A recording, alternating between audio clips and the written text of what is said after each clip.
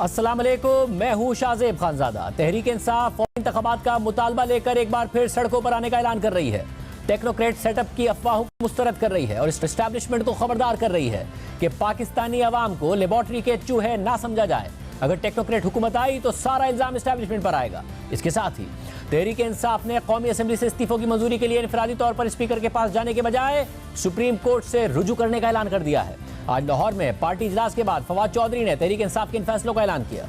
महंगाई और जो इकोनॉमी का जो हशर नशर हो गया है, इन तमाम मामलात के ऊपर कल से तहरीक इंसाफ मुल्क गिर एहतजाजी तहरीक का आगाज कर रही है। 3 हफ्तों के बाद इमरान खान इंशाअल्लाह इस तहरीक को ज्वाइन करेंगे। हम दोबारा सड़क के ऊपर होंगे जब तक ये हुकूमत नहीं जाती। इंशाअल्लाह ये सिलसिला जो है वो दोबारा जारी होगा। जो भी क्वार्टर्स टेक्नोक्रेट गवर्नमेंट का ख्वाब देख रहे हैं, हम बता दें कि ये पाकिस्तान के अवाम को कबूल नहीं होगा। मैं एस्टैब्लिशमेंट को भी बताना चाहता हूं कि फिर सारा जो कसूर है वो आपका निकलेगा और आपके ऊपर उसका ब्लेम आएगा। लेबॉर्ट्री का चूहा ना समझा जाए पाकिस्तान के अवाम को, जिसके ऊपर रोज नया तजर्बा करना जरूरी है। अब हम सुप्रीम कोर्ट के पास जा रहे हैं दोबारा। सुप्रीम कोर्ट हमें बताए कि अब इस मसले का क्या हल है।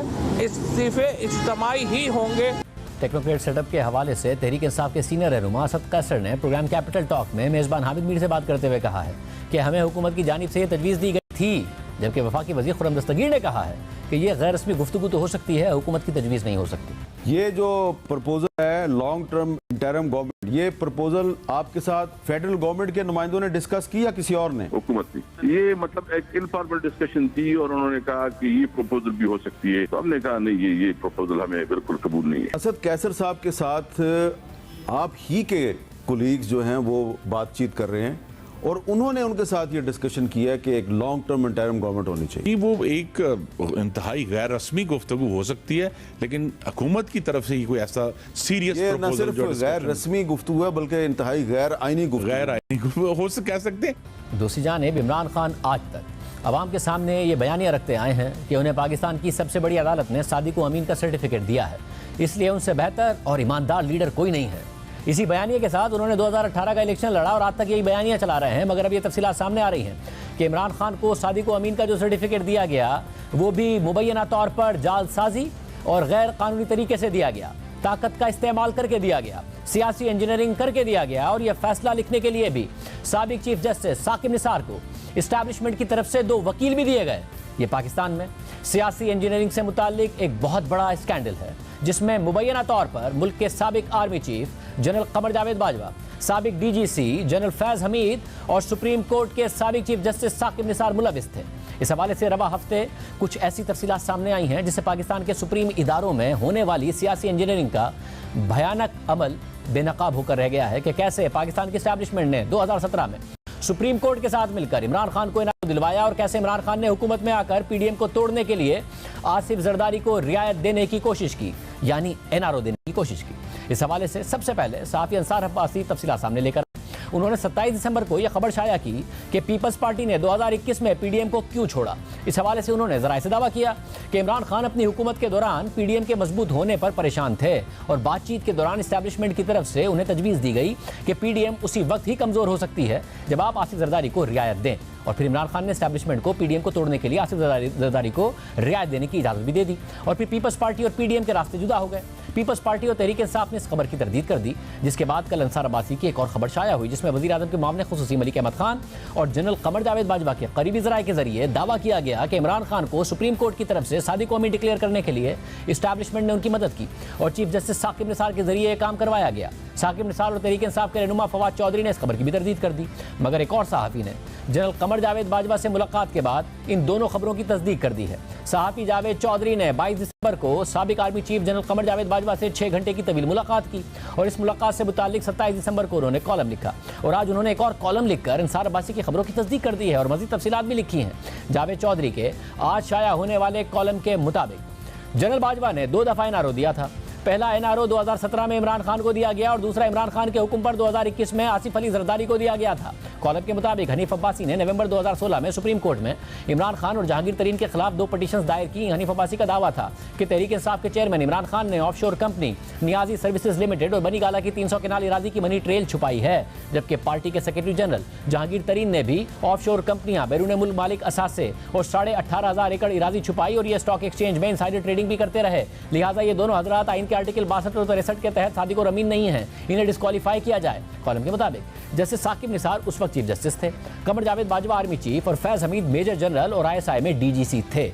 चीफ जस्टिस ने अपनी सरबराही में 3 रुकनी बेंच बना दिया। समाज शुरू हुई तो इमरान खान और जहांगीर तरीन फंसते चले गए। जहांगीर तरीन ने जनरल बाजवा से राब्ता किया और इमरान खान को साथ लेकर उनके घर पहुंच गए। इमरान खान ने जनरल बाजवा से मुकदमे में मदद मांगी। मियां नवाज शरीफ उस वक्त तक पनामा केस में डिस्क्वालीफाई हो चुके थे और इमरान खान की डिस्क्वालिफिकेशन सामने नजर आ रही थी। जनरल बाजवा ने DGC major general Faiz Hameed को इमरान खान की मदद की हिदायत कर दी।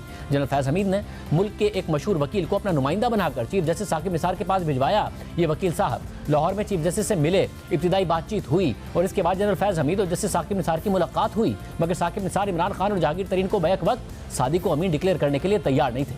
उनका कहना था कि मेरे साथी जज नहीं मानेंगे, आप दोनों में से किसी एक को बचा लें। फैसला हुआ कि जहांगीर तरीन को कुर्बान कर दिया जाए, लेकिन फ्यूचर में उनकी बहाली की गुंजाइश जरूर रखी जाए। कॉलम के मुताबिक इसके बाद चीफ जस्टिस को 2 वकील दिए गए। उन वकीलों ने इमरान खान और जहांगीर तरीन का फैसला लिखा। 15 दिसंबर 2017 को फैसला सुनाने का ऐलान हुआ। 3:20 पर इमरान खान को सादिक और अमीन डिक्लेयर कर दिया गया, जबकि जहांगीर तरीन मुजरिम करार पाकर सियासत से ताहयात नाअहल हो गए। तरीन साहब बैलेंसिंग एक्ट का शिकार हो गए और फिर इमरान खान चंद दिन बाद शुक्रिया अदा करने एक बार फिर जनरल बाजवा के घर पहुंच गए और उनसे फरमाइश की कि हमने जहांगीर तरीन को जरूर बचाना है, मैं इसके बगैर हुकूमत नहीं चला सकूंगा। और फिर फैज हमीद को एक बार फिर टारगेट दे दिया गया। लेकिन फिर फरवरी 2018 में इमरान खान का बुशरा बीबी से निकाह हो गया। मार्च में इमरान खान की जनरल बाजवा से तीसरी मुलाकात हुई, उसमें जहांगीर तरीन का जिक्र आया तो इमरान खान ने कहा कि जनरल साहब आप इसको अभी रहने दें, हम फ्यूचर में देख लेंगे। जनरल बाजवा ये सुनकर हैरान रह गए और ये इमरान खान की तरफ से उनके लिए पहला धचका था। इस्टेब्लिशमेंट ने जहांगीर तरीन को टटोला तो पता चला कि बुशरा बीबी के साबिक खावर फरीद मानिका का एक भाई तरीन साहब का पुराना दोस्त है। उसने उन्हें बताया है कि आपके घर जादू टोना पहुंच चुका है, आप अब बर्बाद हो जाएंगे। तरीन साहब ने यह बात ओन चौधरी को बता दी और ओन चौधरी ने यह बात इमरान खान को बता दी और यूं जहांगीर तरीन का पत्ता कट गया। तरीन साहब उस वक्त तक बुशरा बीबी से नहीं मिले थे। उनकी खातून अव्वल से पहली मुलाकात 18 अगस्त 2018 को ऐवान सदर में वज़ीर आज़म इमरान खान की हल्फबर्दारी की तकरीब में हुई थी। बुशरा बीबी ने उस दिन सफ़ेद अबाया और सफ़ेद नकाब पहन रखा था और वो पहली कतार में जनरल बाजवा की बेगम के साथ बैठी थी। वज़ीर आज़म इमरान खान हल्फ के बाद फौरी तौर पर स्टेज से उतरकर अपनी बेगम के पास आए और उन्हें मुबारकबाद पेश की। उसके बाद बुशरा बीबी जहांगीर तरीन के पास गईं और उनसे कहा कि मैं आज सफ़ेद लिबास इसलिए पहन कर आई हूँ ताकि आपका ये शक दूर कर सकूँ कि मैं जादूगरनी नहीं हूँ। ये सुनकर जहांगीर तरीन को महसूस हुआ कि मैं आज से इमरान खान से फारिग हो चुका हूँ और फिर यह खदशा दुरुस्त साबित हुआ। आने वाले दिनों में वाकई ओन चौधरी और जहांगीर तरीन दोनों फारिग हो गए। इस्टेब्लिशमेंट ने इमरान खान के दौर में जब भी जहांगीर तरीन को रिलीफ देने की कोशिश की, खान साहब ने इनकार कर दिया। जावेद चौधरी के कॉलम के मुताबिक मैंने इन वाकयात की तस्दीक के लिए 25 दिसंबर को जहांगीर तरीन से राब्ता किया तो तरीन साहब ने इन तमाम वाकयात की तस्दीक कर दी। ताहम उन्होंने तारीखें और फैसला लिखने और जस्टिस साकिब निसार से मिलने वाले बुकला के नामों की तस्दीक से मुआदरत कर ली।